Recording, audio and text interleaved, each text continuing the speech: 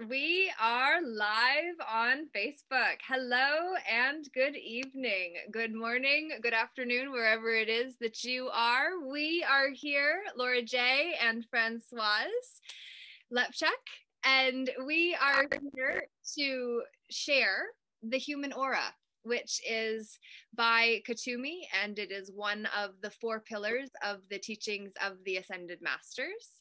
And so we're going to go to the 4 pillars of wisdom at 4pillars.higherconsciousness.ca. And then for the first pillar, we are going to be reading the human aura.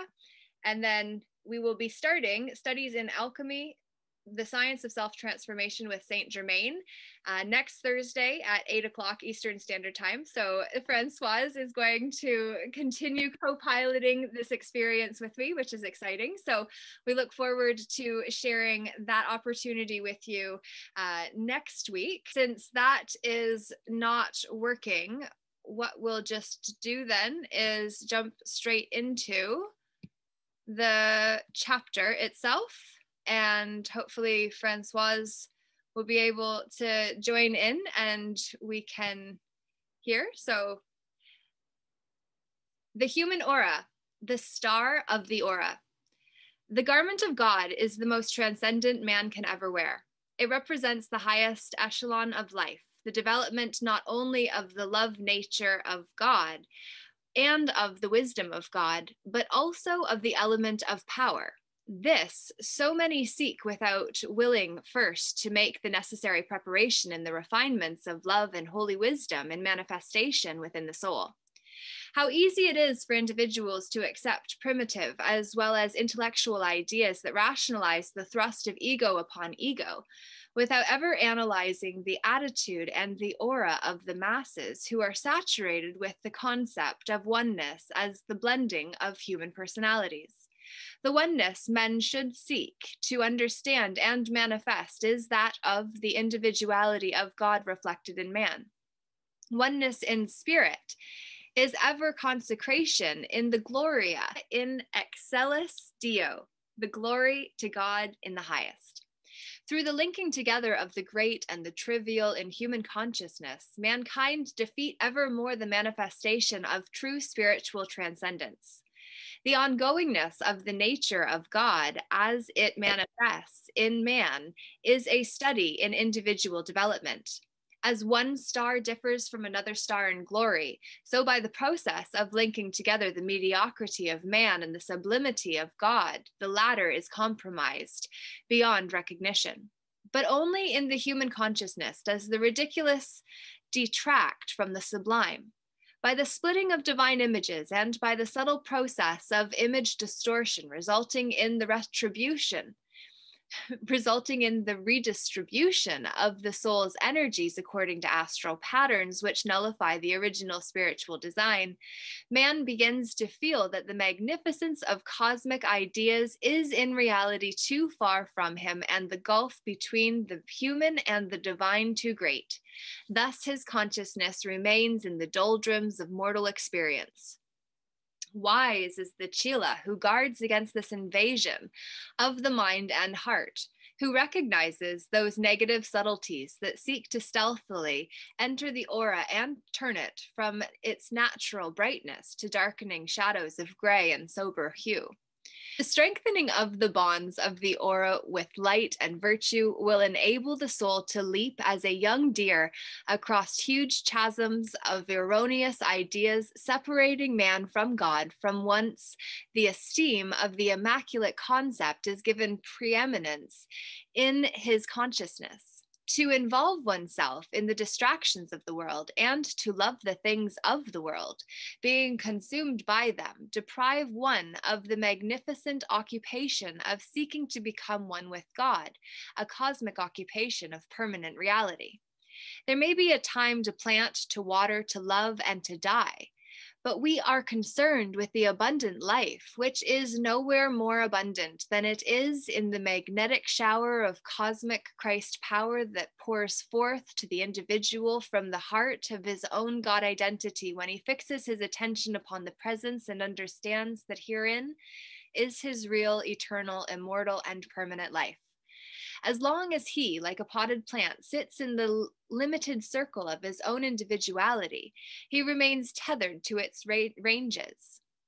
But once he allows the power and the pressure of the divine radiance to descend from the heart of his God presence, he becomes at last the recipient of immortal life in all of its abundance and unlimited outreach. The illusion of the self must remain an illusion until the self is surrendered.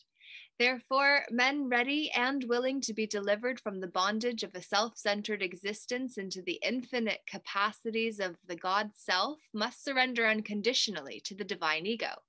Then there is not even a sense of loss, but only of gain, which the soul perceives as cosmic worth as he increases his ability to develop in the aura the consciousness of the absolute penetration of the absolute. Physically, the very atoms of man become drenched with a shower of cosmic wave intensity, the drinking of the elixir of life, the magic potion by which a man is transformed.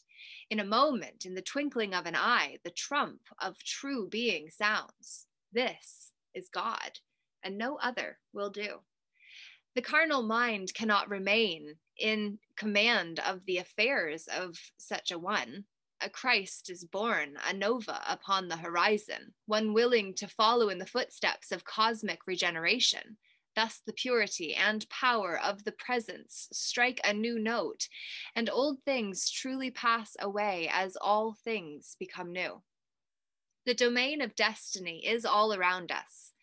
As man evolves, so cosmic beings evolve, wheels within wheels, leading to the great hub of life and to the reality of spiritual contact as the antikarana is spun, perceived, and absorbed.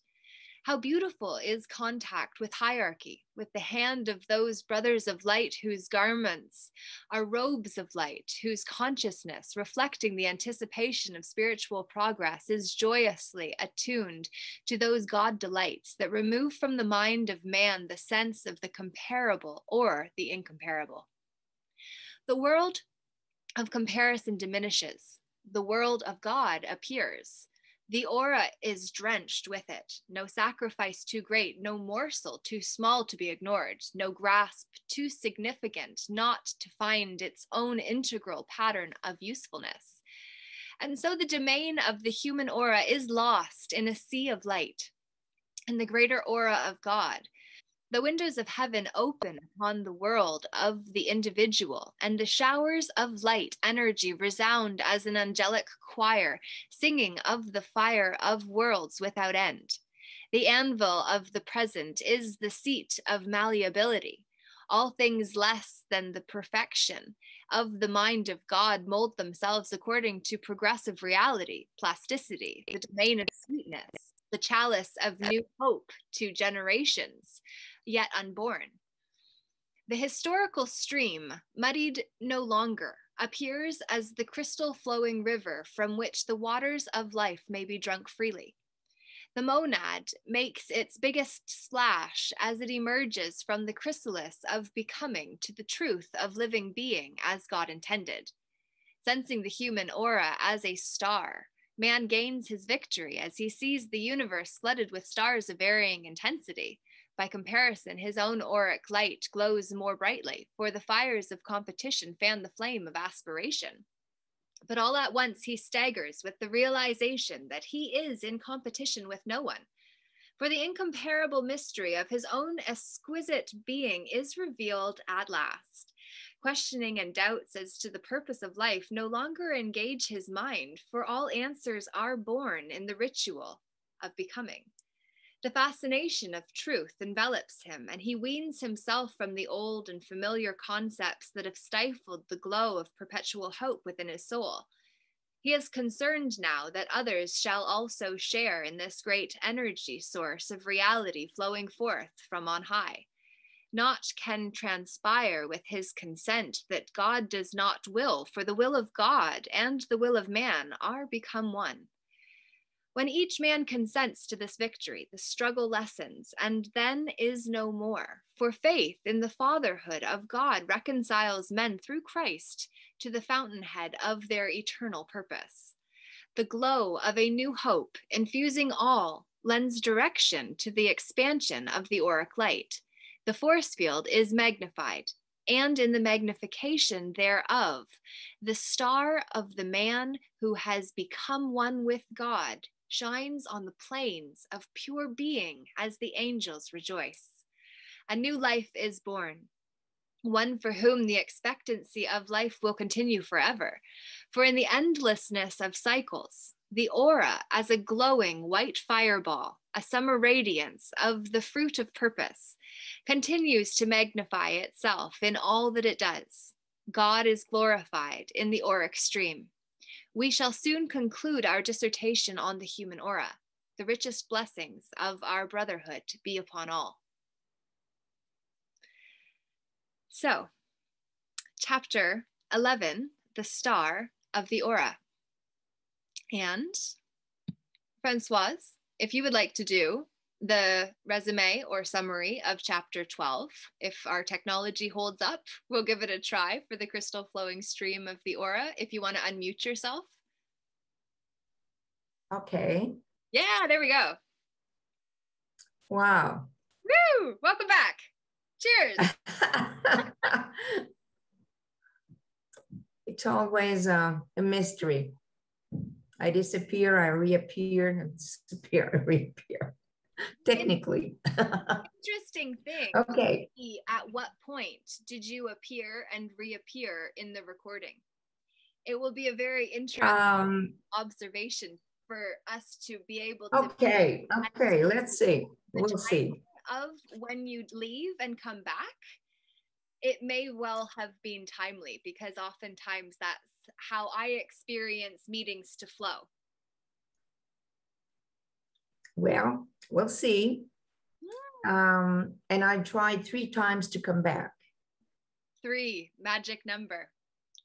That is a very powerful number. Before you mention that as well, getting into chapter 12, Francoise, I would love if we could also just mention the fact that spiritual opposition oftentimes comes in as well when there is a higher vibing message that could interfere with the fear and anger based program of the matrix that rules currently. Yes, you're right about that. We can have opposition to the spiritual work we are trying to do. I would say personally and collectively too. That's correct. Yeah, absolutely. So thank you. Do I try to give the resume of the last beautiful crystal flowing stream of the aura? That's really a wonderful subject.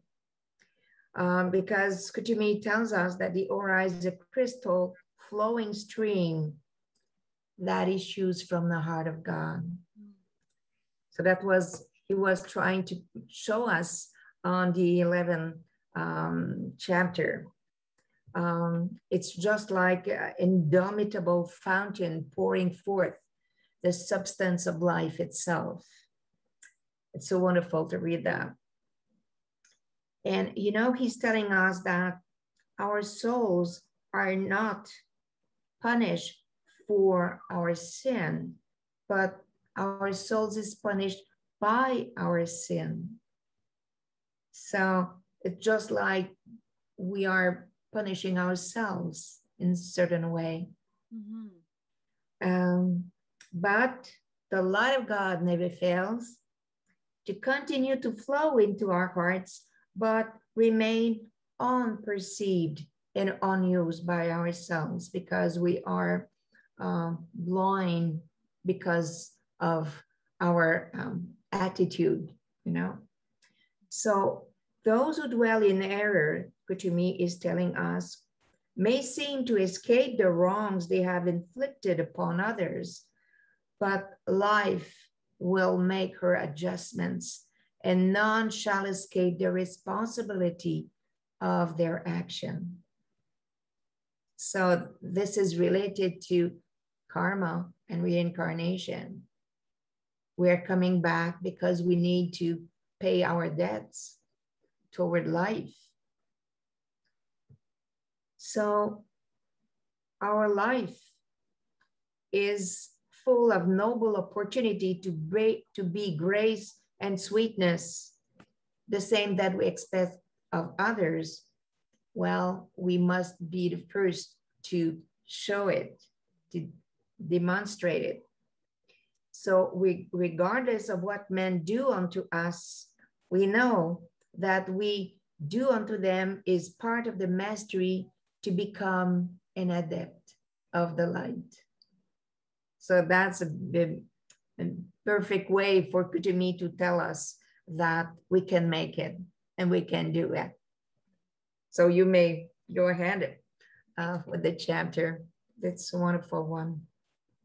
Thank you, Francoise. Very much appreciate your efforts to provide that chapter summary.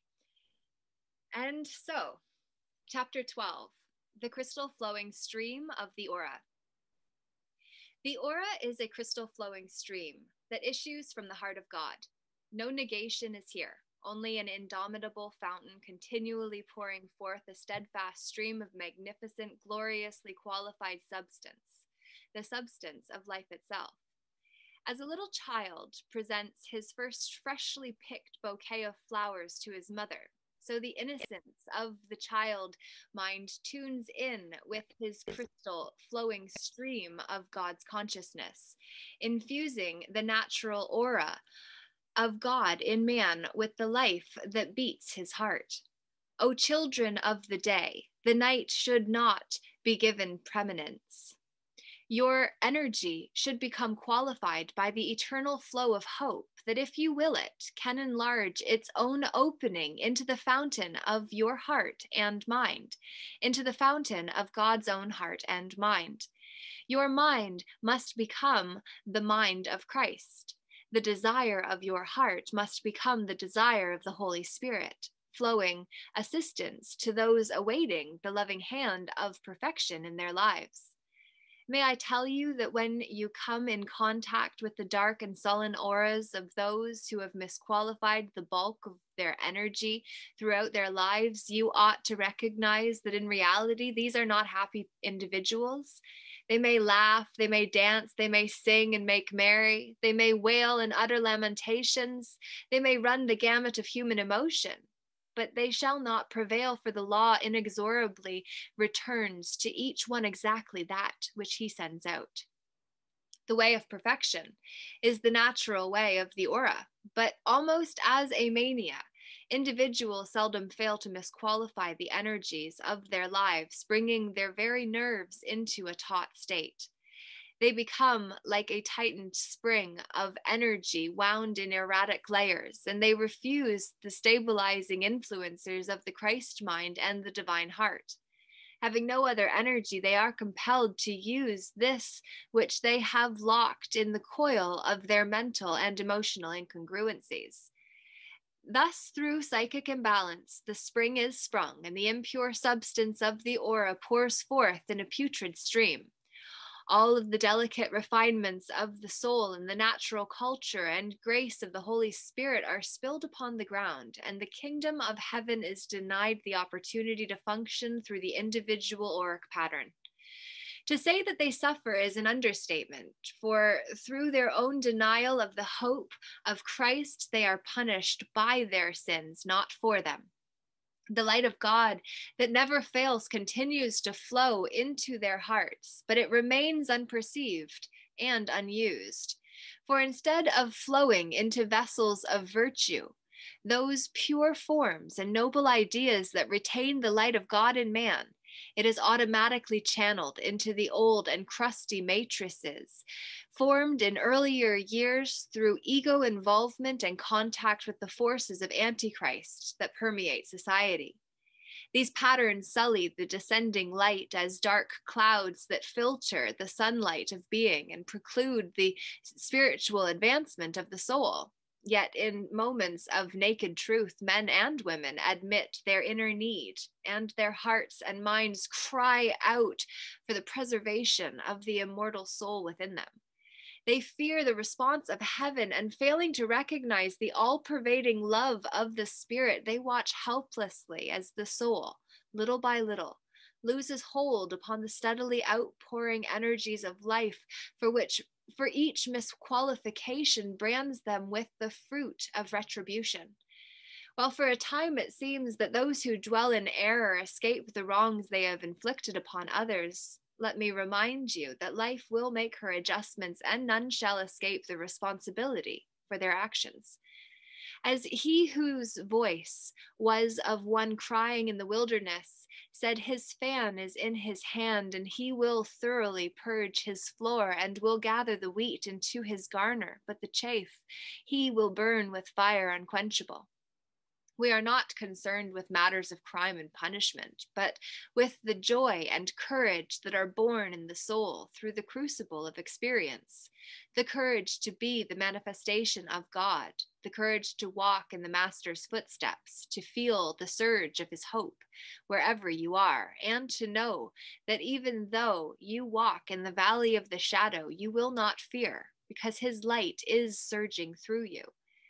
Beware the sin of complacency and of passing judgment upon the lives of others before allowing your thoughts and feelings to crystallize around a given concept. Ask yourself this question: is the evidence indeed conclusive, and do you possess absolute knowledge concerning the motive of the heart and karmic circumstances surrounding other lives?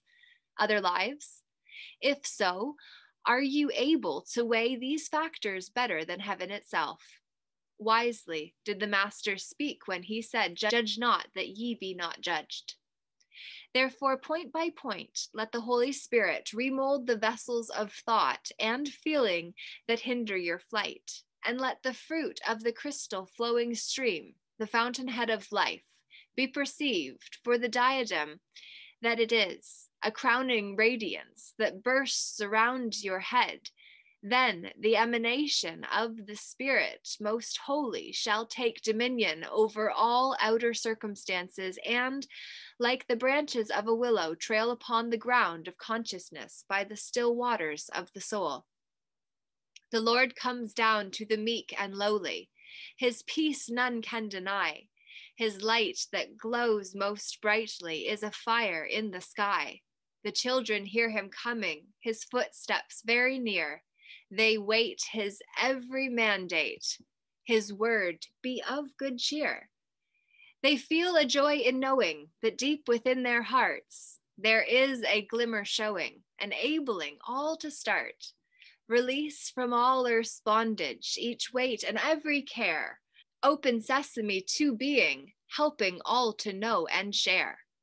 The Lord is in his heaven, so childlike is his love. The Christ, the heavenly leaven, raises each one like a dove. His face in radiant light waves is pulsing ever new. Freedom from past error he brings now to the few. But many are the sheep, his voice each one may hear. This is his very message, wiping away each tear. Oh, see him in the burdened, the hearts o'erturned with grief, the lips that mutter murmurs, the tongues that never cease.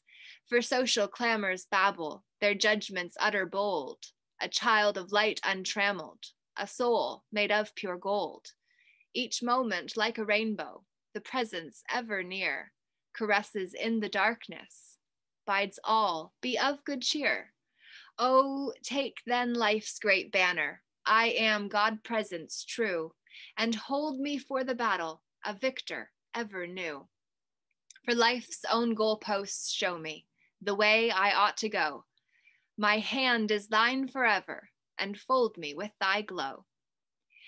May all be reminded each day as they utter the words of Jesus, Our Father which art in heaven, or any prayer, any call to God, that the aura is the Father's light, and that his Son has said to all, let your light so shine before men that they may see your good works and glorify your Father which is in heaven. May the sweet concepts of the living Christ, recalling a lost youth and the era of holy innocence, remind you of life's noble opportunities, to be the grace and sweetness that you expect others to be.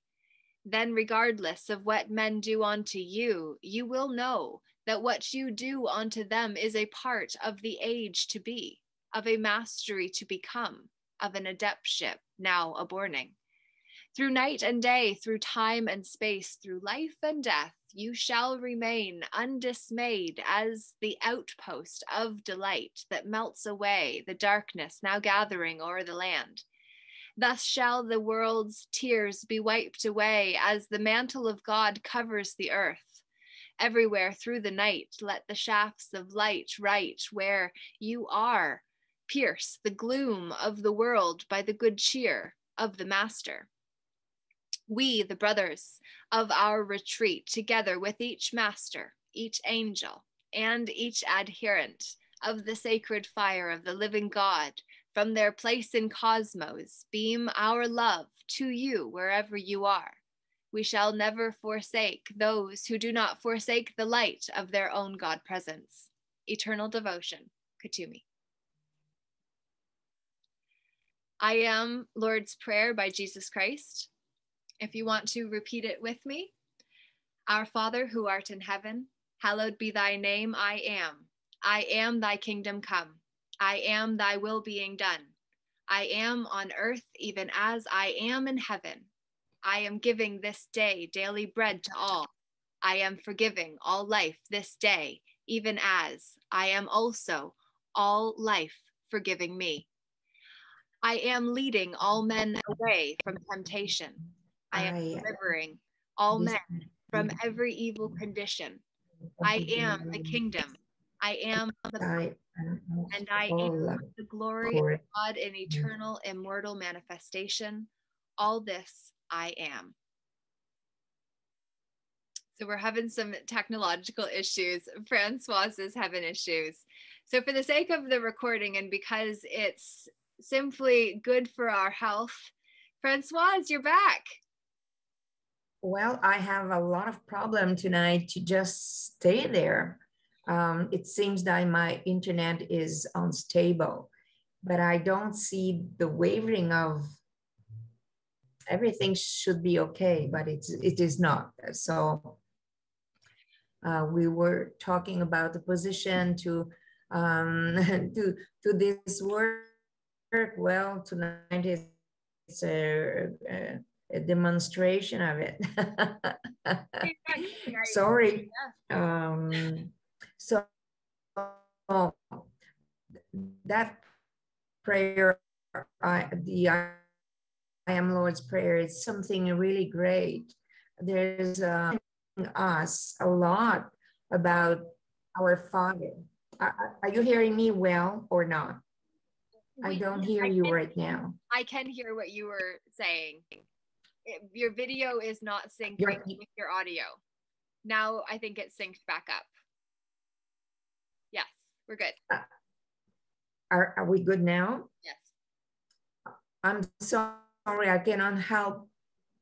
I cannot have it. It's doing it outside of my. It's the power. Competence, I think. Yep, it's no problem. I think that it's very reflective of the fact that we're doing good stuff. You know, the fact that I got, you know, the next installment of my summons experience today, the fact that you've had an incredible amount of technological issues tonight. You know, I've been going through yes. And so all of that is this is a reflection of me and my energy field, a reflection of Francoise and her energy field, a reflection of the collective energy field of this area or her area. It's very much necessary for us to really be looking at things for more than just their literal level. We have to look at them from the symbolic, mythic, and energetic levels to really get a holistic perspective, which is why the human aura was what we had an opportunity to go through over these last few weeks. And so it's truly been enlightening, hopefully, for each of you. And Francoise, what I wanted to do right before you when you got kicked off, and then I didn't know how long it was going to take. There's a bit of feedback coming in from your technology tonight, so which is why I keep muting you when you come in. So I was just going to get you to mute yourself again, if you don't mind, and then we'll read out the I Am Lord's Prayer together, because there were points where you were reading it out loud and you weren't muted, and so we were reading different parts at the same time. So the recording, it's okay, no problem. It's been a strange night. It's been a strange day, but what is it? 1 and 9 is a 10, which is a 1, which is new beginnings. So it's a new beginnings kind of day. And with every new beginning, there is an ending to something else that came before it. So let's do I Am Lord's Prayer by Jesus Christ. Our Father, who art in heaven, hallowed be thy name. I am thy kingdom come. I am thy will being done. I am on earth even as I am in heaven. I am giving this day daily bread to all. I am forgiving all life this day, even as I am also all life forgiving me. I am leading all men away from temptation. I am delivering all men from every evil condition. I am the kingdom. I am the power, and I am the glory of God in eternal, immortal manifestation. All this I am, and so it is. Thank you. Thank you, Francoise, for joining with me and showing up throughout this experience, and for sticking with me while you were having so many technological issues this evening. You still stuck with us, and we appreciate that very much. Thank you, Laura. Yeah. for the parts that I could hear you well, I was just enjoying your reading. It was really being read with love and light. So thank you. My absolute pleasure. Thank you. And I look forward to getting this recording up onto YouTube. So I'll get that posted as soon as I possibly can. That way, you who are on YouTube will be able to show up with us next Thursday, 8 p.m. Eastern Standard Time, for the first reading of Saint Germain on Alchemy, which is the second pillar that you can access. I'm just pulling up this page here. And if you go back to 4pillars.higherconsciousness.ca, you can find each of the pillars. Oh, and you know what we even forgot to do, or I forgot to do, Francoise? The secret keys. This is a way that you can actually bring the energy. Yes.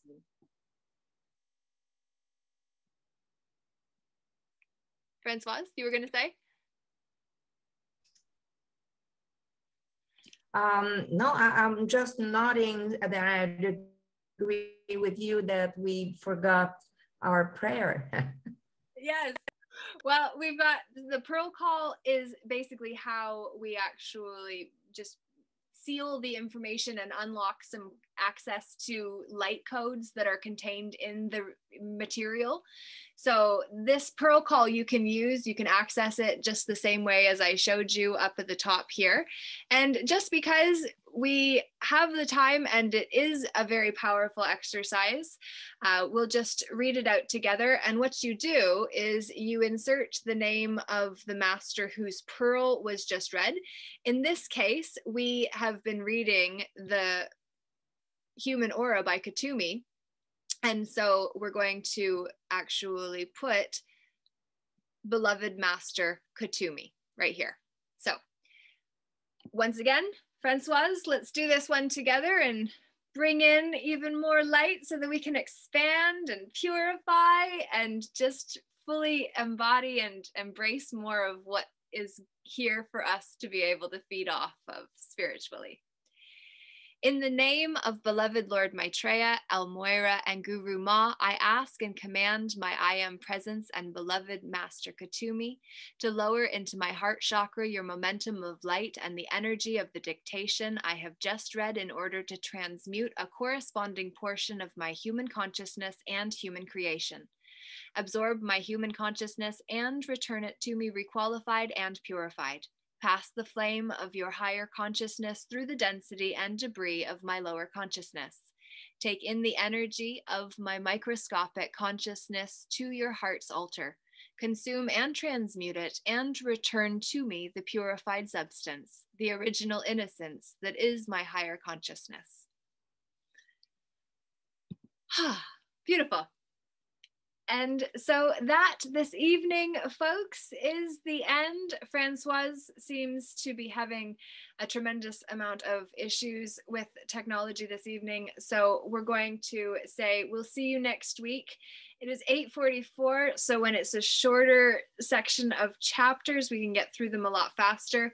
The chapters in Saint Germain on alchemy will be starting next week are a little longer, so we're going to figure out the reading schedule for that book before we come back together next week. And we very much appreciate you for investing your time, energy, effort, and attention into understanding the energy system of yourself, because ultimately money is the final team player in the energetic resources that we are all playing with. And if we wisely invest our team by making sure that we put our energy where it's going to give us the greatest return, such as what you did for yourself tonight by actually tuning into an experience like this, then your team players are going to be able to get deployed at better opportunities than if you had your standards set lower.